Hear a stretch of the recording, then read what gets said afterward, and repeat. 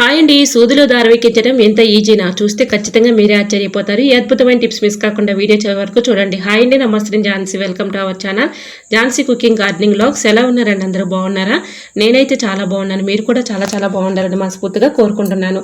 ఈ రోజు మీ అందరికీ యూజ్ అయ్యే అద్భుతమైన అమేజింగ్ కిచెన్ టిప్స్ అయితే మీ ముందుకు తీసుకొచ్చేసానండి. వీడియోని అక్కడ కూడా స్కిప్ చేయకుండా చివరి వరకు చూడండి. ఇంకా లేట్ చేయకుండా వీడియోలోకి అయితే వెళ్ళిపోదాం.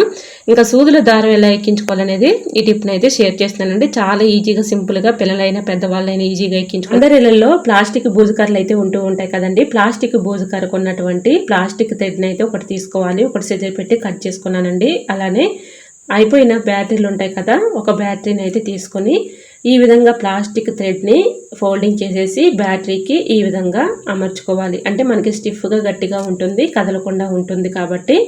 సో ఈ విధంగా అయితే మనం అయిపోయినటువంటి బ్యాటరీ అయితే ఒకటి తీసుకోవాలండి. అలానే ప్లాస్టిక్ థ్రెడ్ని కూడా తీసుకొని మధ్యకి ఫోల్డింగ్ చేసేసి నేను వీడియోలో చూపించిన విధంగా ఇలా అయితే పెట్టేసుకొని ఒక ప్లాస్టర్ని అయితే ఈ విధంగా వేసుకోవాలి. ఇలా వేసుకోవటం వల్ల మనకి కదలకుండా స్టిఫ్గా గట్టిగా ఉంటుందన్నమాట.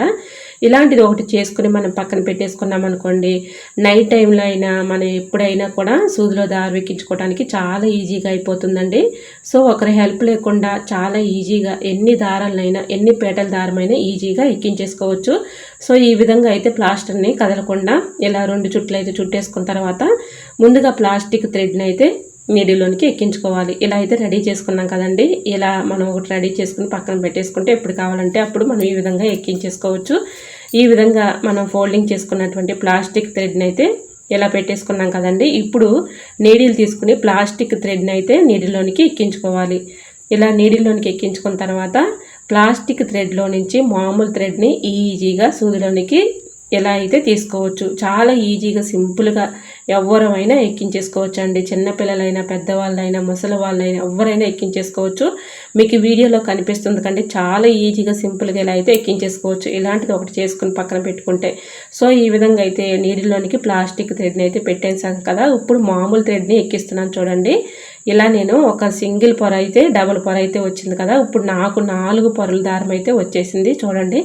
చాలా ఈజీగా, సింపుల్గా మనం ఈ విధంగా ఎన్ని పేటల దారమైనా, ముసలి వాళ్ళైనా, పిల్లలైనా, పెద్దవాళ్ళైనా ఎవరైనా ఎక్కించేసుకోవచ్చు.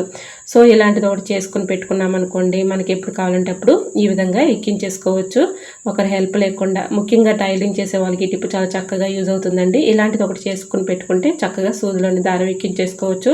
మిషన్ సూదిలోకైనా ఎక్కించేసుకోవచ్చు, చేతి పని సూదిలోకైనా చాలా ఈజీగా ఎక్కించేసుకోవచ్చు. సో మరి మీకు ఈ టిప్ నచ్చిందా? నచ్చితే ప్లీజ్ అండి చిన్న లైక్ చేసి మీ ఫ్రెండ్స్ అన్నిటికీ షేర్ చేయండి. మన ఛానల్ని ఫాలో అవ్వండి. Thanks for watching.